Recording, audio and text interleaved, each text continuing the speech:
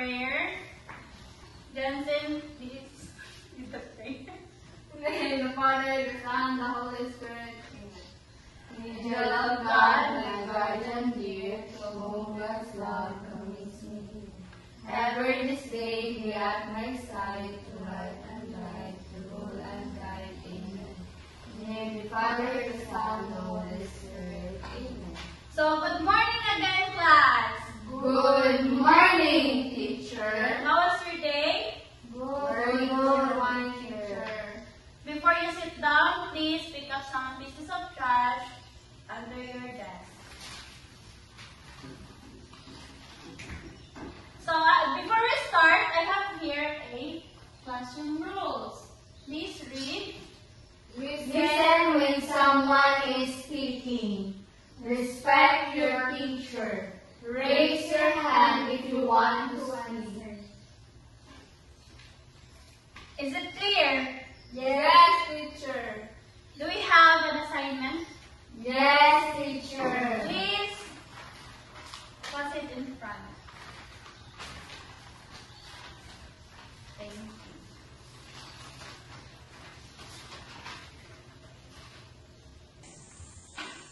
So before we start, I have here a picture. What do you think that this girl is doing?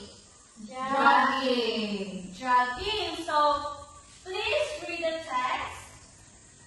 Jessa jogs every day around the village. This morning, she started jogging at 6:12 a.m. and ended at 6:48 a.m. About how long did she jog this morning? So when did the girl or Jessa start jogging? At 6:12 a.m.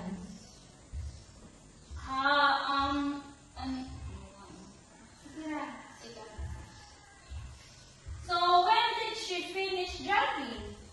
6:48 a.m. About what is the question or what is the problem in the text?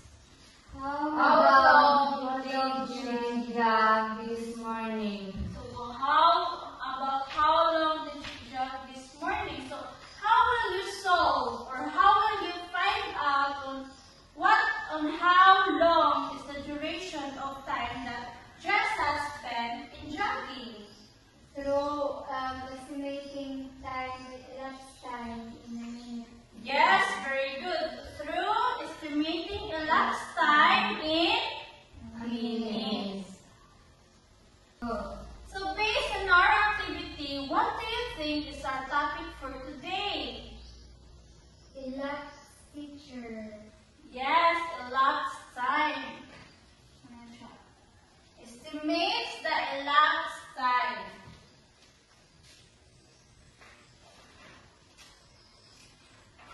And here's our objectives. Okay, Yes, teacher. can you read our objectives? Measure the elapsed time in minutes. Estimate elapsed time in minutes. And tell the importance of solving world problems that involves elapsed time.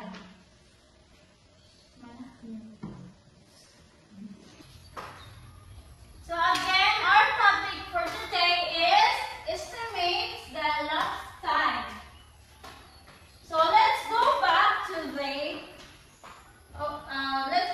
our problem or the text. So Jessa jogs every day around the village. This morning she started jogging at 6:12 a.m. and ended at 6:48 a.m. About how long did she jog this morning? So we're going to find the estimated time or the duration of Jessa's jogging in the morning. So, what time did Jessa finish her jogging? 6:48 a.m. 6:48 a.m. So, when did start? 6:12 a.m. 6:12 p.m. So, how do you think we're going to find the duration of, or how long did Jessa find the duration of time where she's judging? First is we have to round off the minutes. Yes, we're going to round off the nearest tens, which is the Minutes. minutes. So, which of these is the minutes? 48 and 12. 48 and 12. So, what happens to 48? It will become to 15. 50 will become to 50. So, what happens to 12? Round down. Round down into 10. 10. So, what we're going to do with this minutes? Minus. Subtract. So, going to subtract. So, 0 minus 0. 0. 4 minus 1. 5 minus 1. 4. 4. Very good. So, therefore,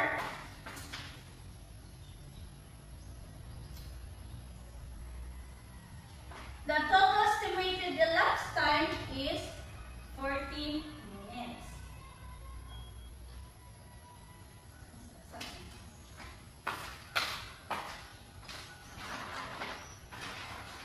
So now let's practice. Balik ka together practice. Ay, just so ba? Ano ba? Sabi ko, paano natin? Napaka-isip ka na kaitang sila. Sorry. Dere mo mag-answer.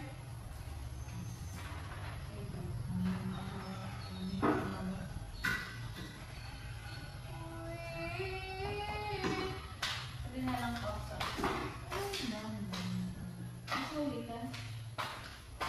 So now, let's practice on how to get the estimated elapsed time in minutes.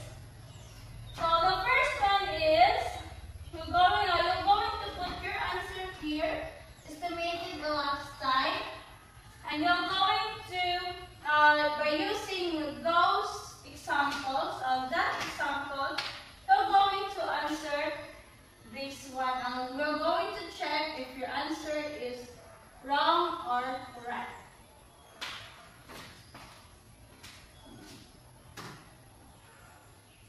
So let's practice the trial in the first one. So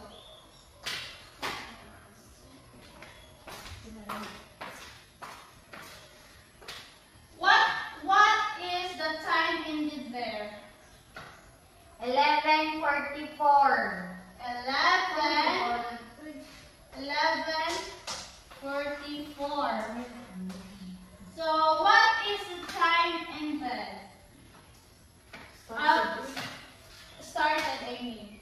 11:19. 11:19.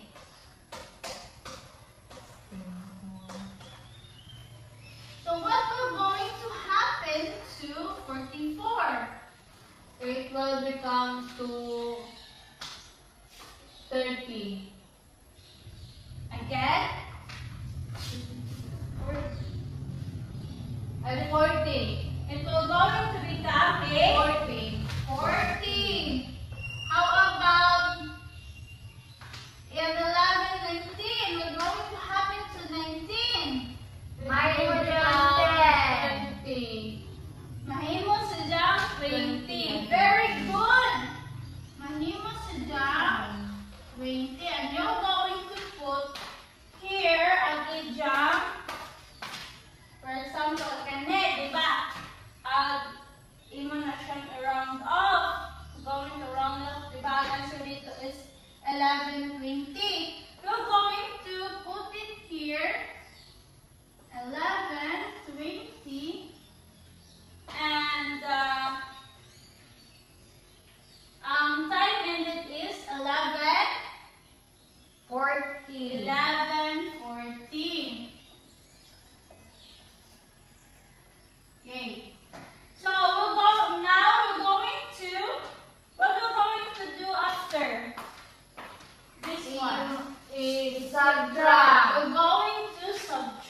So 0 minus 0.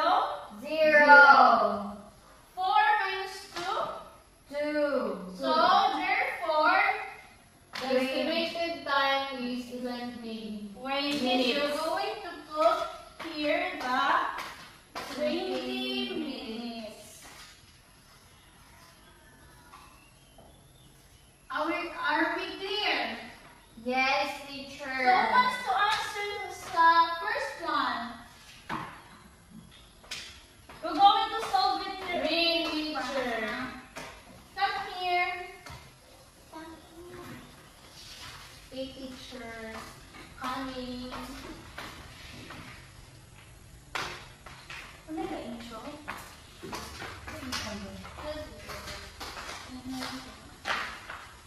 So let's help Jackson to put the letters. Medyo tayo. Let's help Jackson. So what is the time ended here? 5, 6 p.m. 5:06 p.m. Time started.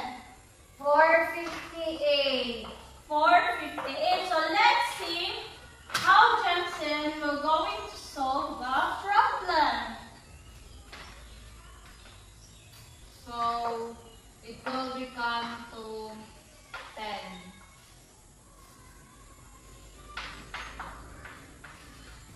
And then 4, 6, and 5.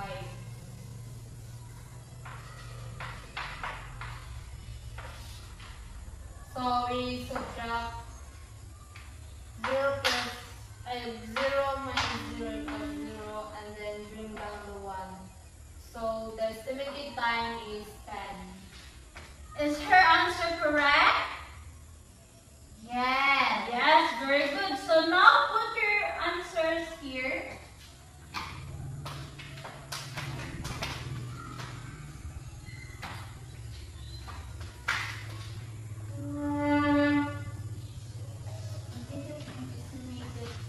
Also put the estimated upon the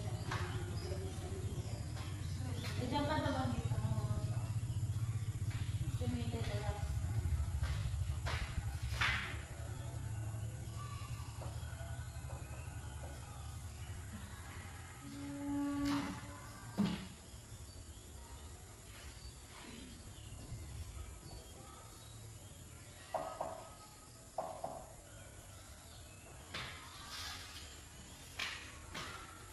Very good. So now let's answer the next one. April.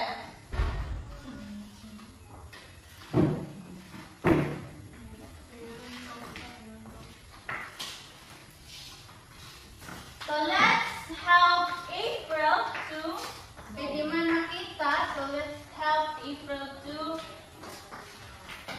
put the time and ended or time started. Paano na teacher na 5 na ako ang Nasa ba ito ang answer and teacher? 11:15. To put the time and ended or time started. Paano na teacher na 5 na ako ang Nasa ba ito ang answer and teacher? 11:15.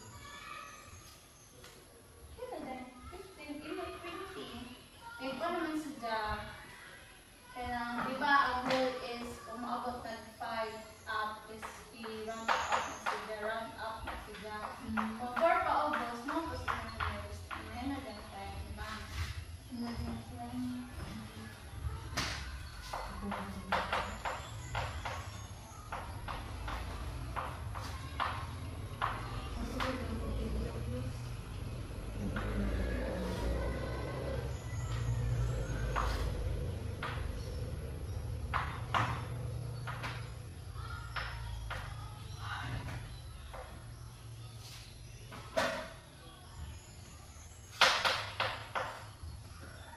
Is her answer correct? Yes. Very good. Please kindly explain your answer, April. I want to hear it. So I love yung 15. So since in this 15 we have 2 rounds. Round up, so 11, 20. And then 1156, since it's still the highest number, so we have to put it in a 60. So 11. So I subtract this. So 0, 0, 0. 2 minus 6 is 4. And then bring the 11. Yes, very good. So please put your answers here.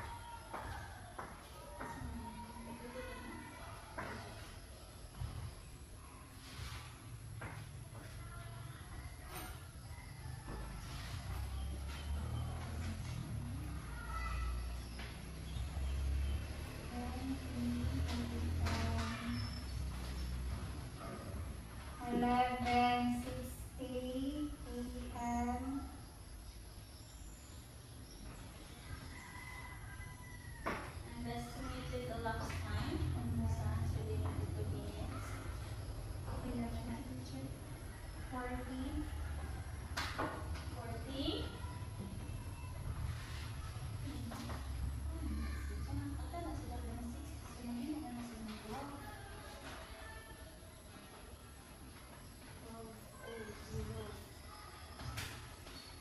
And then the answer is 40.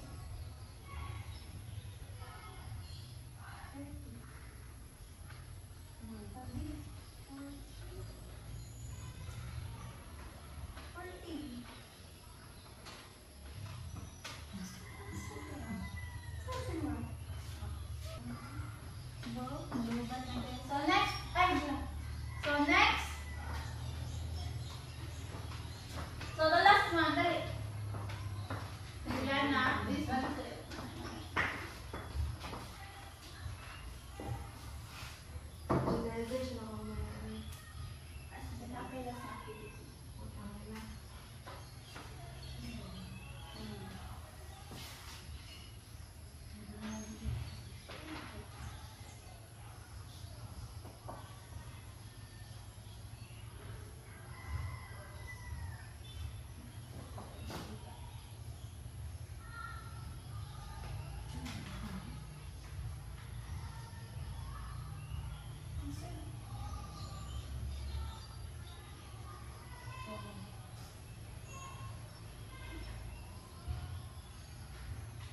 Ikaw dito eh.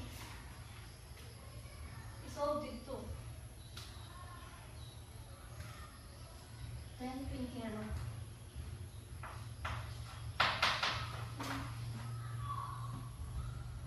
Nine. Panahon absorb ang time and dead. Oh, 10:20. 10:20. 0. 1. 1. So,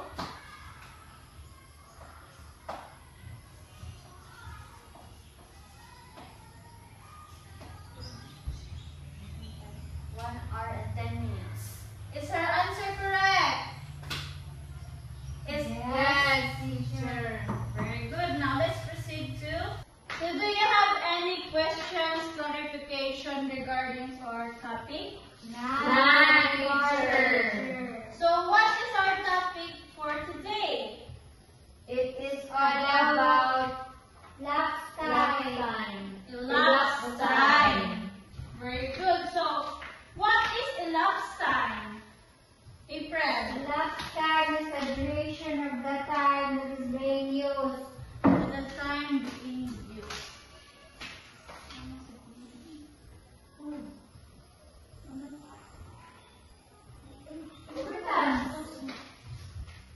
What is What do you think is important? what do you think is the importance of elapsed time? Estimating elapsed time. To manage the time, teacher. Of course, to manage the time, another. So we can monitor our time and doing tasks. So so we can monitor our time in doing a task. Very good. So we use elapsed time. The importance of using elapsed time or estimated elapsed time is to have a it's easier to. It is easier To manage. So the importance of using estimated elapsed time is for us to be able to manage our time, and also it can help us in our everyday lives. Very good. So can you give me an example on how we use elapsed time or estimated elapsed time in our daily lives? Going to school, teacher. Yes, going to school. What else? Mag-cook of food, teacher. Very good. What else? Just say. Mag-play of gadget, teacher. Yes, in order for us to manage our Time. very good. So now,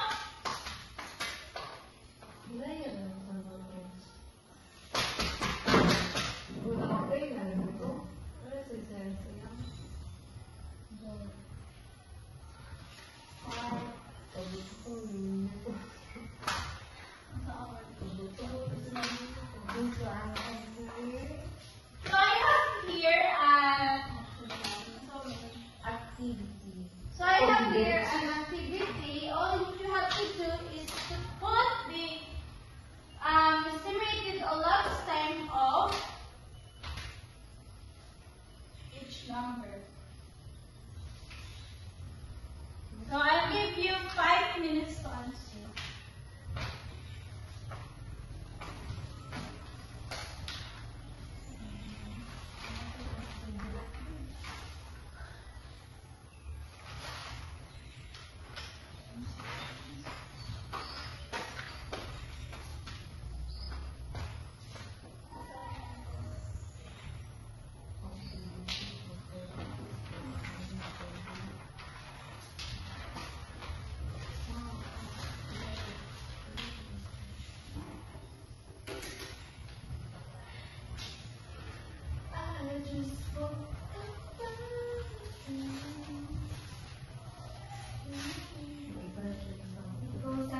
Ako sa number 2. Ako sa number 3. Do you have ball pen, Mom? Because I don't have. I only have crayons.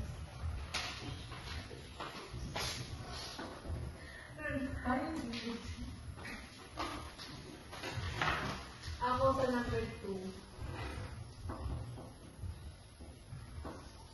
0, teacher. Ito sa number 2, friends. 2. Kung napasunod lang kung ano dito ang mukha o sa mosquito.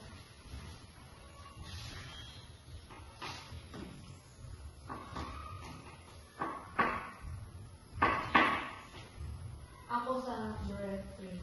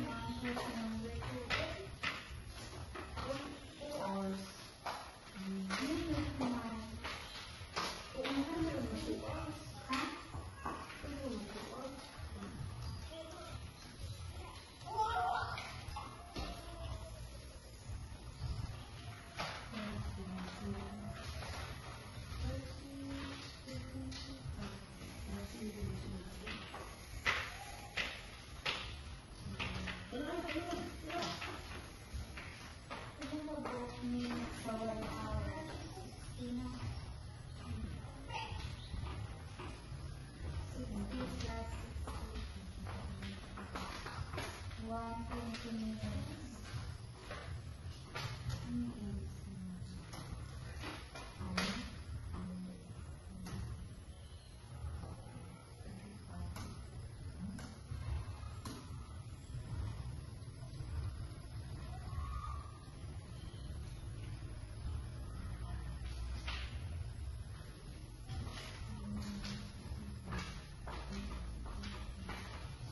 You're feeling there? Yes. Very good.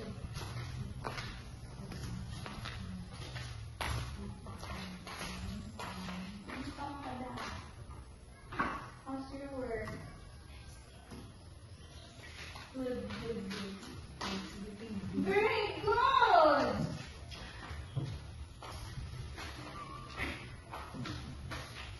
Are you done? Yes, teacher. So what's to answer sa first one? Ako, teacher! Come here, please.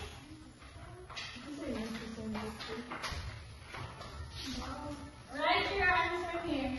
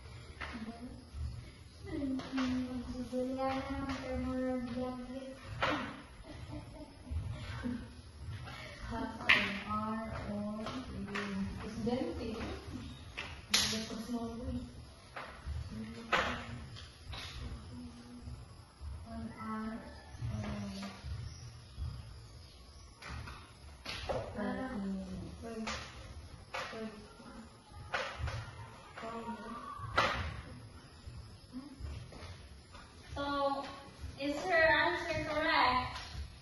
Yes, teacher. What's the answer to the second one?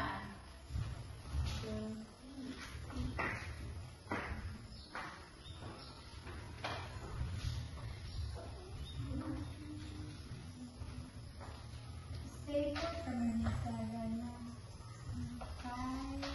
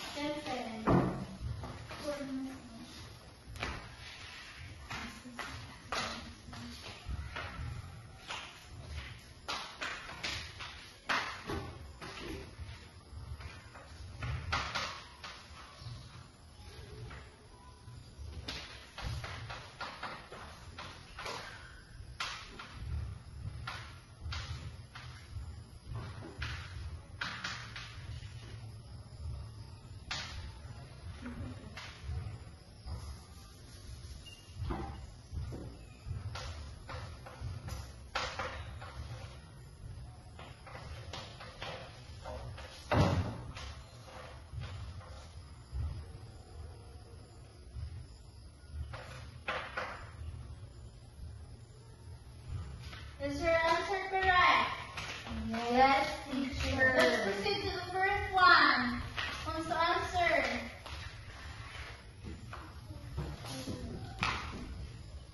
Johnson, teacher. Again.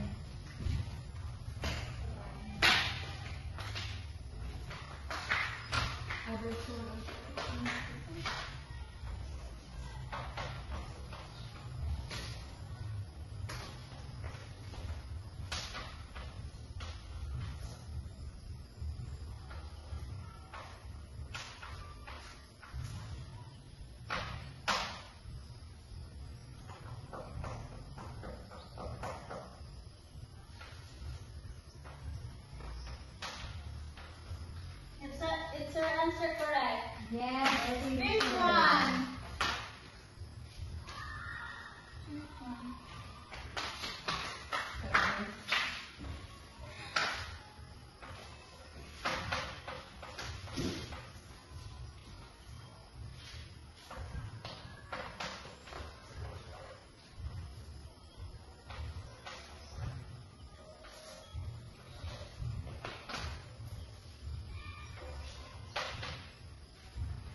Correct?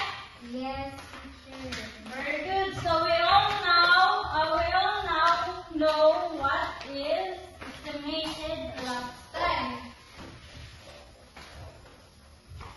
We have last activity for this month. We have last activity for this.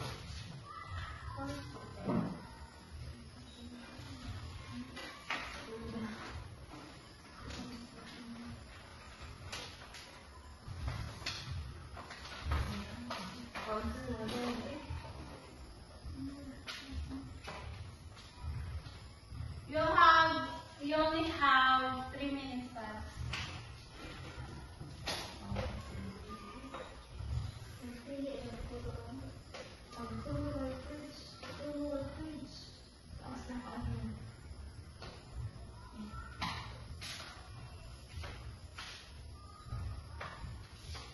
Ako sa number 2.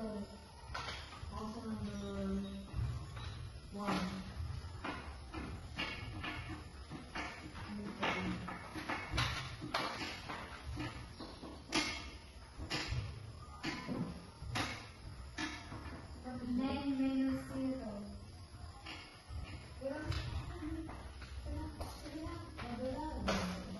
Okay. Done? Yes, teacher.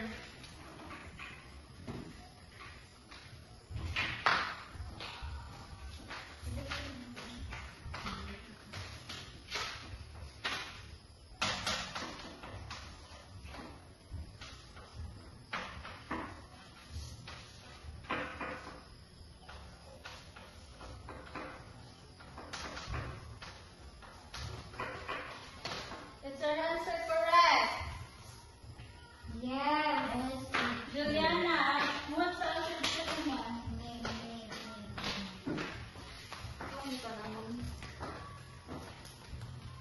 The answer is 9 minutes.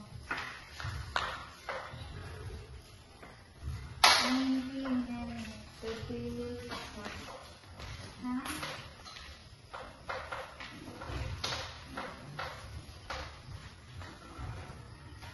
Last one. Bigla na tumagay yung selfie. Doctor.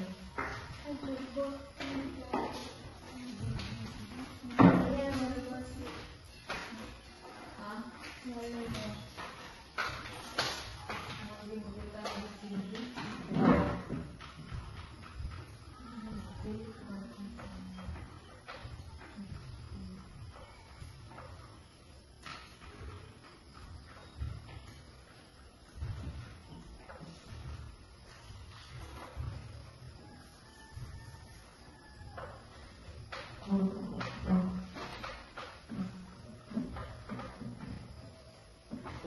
Is it correct?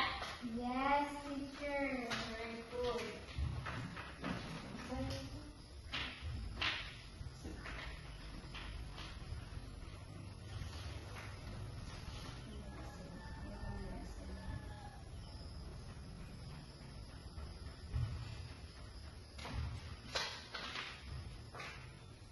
Do you understand our topic for today, class? Yes, teacher. So we have an assignment, 2 examples actually. The first one is please copy this one and also this one.